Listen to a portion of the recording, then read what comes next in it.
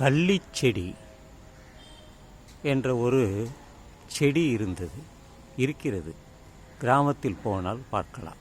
கள்ளிச்செடி, அதுக்கு இலைகளே இருக்காது, ஆனால் வளரும். வெறும் காம்பு இருப்பது போல அது வளர்ந்தே இருக்கும், உயரமாகவும் இருக்கும். அதை உடைத்தால் பால் வரும், வெள்ளையாக பால் வரும். எப்படி பசுமாட்டிற்கு பால் வருகிறது அல்லவா, அதுபோலவே வெள்ளையாக வரும். அந்த பால் எதற்கு பயன்படுத்தினார்கள் கிராமத்தில் என்றால், குழந்தைகளை, பிறந்த குழந்தைகளை கொல்வதற்காக மூட நம்பிக்கையாக இருந்தவர்கள் செய்தார்கள் கள்ளிப்பால்.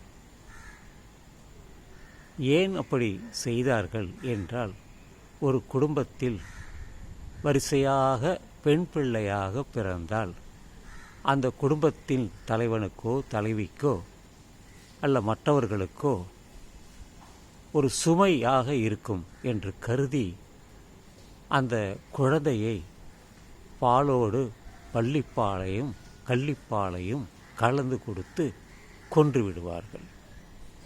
அதனால்தான் அரசு, அது இந்தியா முழுவதும் அல்ல, மற்ற உலகமே, குழந்தைகளை ஆண் குழந்தையா பெண் குழந்தையா கருவில் இருக்கும் பொழுதே தெரிந்து கொள்ளும் முறை இருக்கிறது. அதை தடை செய்து விட்டார்கள். ஏனென்றால் ஒரு குழந்தையை, வயிற்றிலே தோன்றிய குழந்தையை கொல்வது பாவம் அல்லவா? அதுவும் பிறக்காத வயிற்றிலே வளர்கின்ற குழந்தையை கொல்வது பாவம் அல்லவா?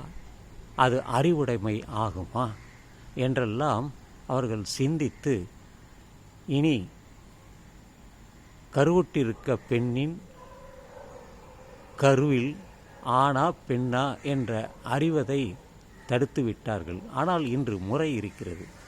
சிலர் தவறுதலாக கூட அதை செய்கிறார்கள், அவர்களுக்கு தண்டனையும் வழங்கப்படுகிறது. அந்த அளவிற்கு தமிழ்நாட்டிலும் கிராமத்திலும் அவர்கள் இப்படி அந்த பாட்டிமார்கள் தான் செய்தார்கள். போடி, சும்மா உனக்கு பொம்பளை பிள்ளையே பிறக்குது, வேண்டாம், நமக்கு உன்னால் காப்பாற்ற முடியாது என்று சொல்லி அவர்கள் அந்த குழந்தையை கள்ளிப்பால் கொடுத்து கொண்டு விடுவார்கள். இதை நான் எதற்கு சொல்கிறேன் என்றால், இப்படியெல்லாம் தமிழ்நாட்டிலே கிராமத்திலே நடந்திருக்கிறது. இன்றும் பலர் தெரியாமலே அவர்கள் செய்து விடுவார்கள். ஒரு குழந்தை நன்றாக இருக்கும், இறந்து விட்டதாக செய்தி வரும். ஏனென்றால் அங்கே ஏதோ ஒரு சூது நடந்திருக்கும், அது நமக்கு தெரியாமலே போயிருக்கும். எனவே இது போன்ற ஒரு தீய செயல்களை செய்யக்கூடாது.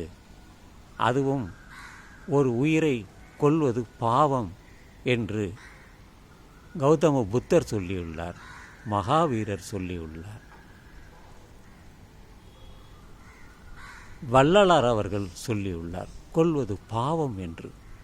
எனவே நாம் எந்த ஒரு தீய செயலையும் செய்யக்கூடாது.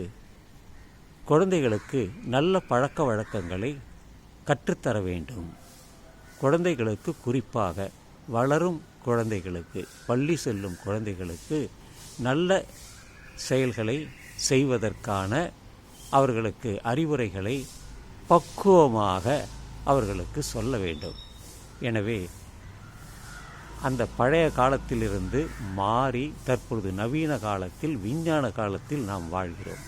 எனவே நம் பிள்ளைகளை, பேரன்களை எல்லோரையும் ஒரு பகுத்தறிவாளியாக, அறிவாளியாக, மூட நம்பிக்கை இல்லாதவர்களாக அவர்கள் வளர்க்க வேண்டும் என்று சொல்லி இந்த பதிவை நான் நிறைவு செய்கிறேன்.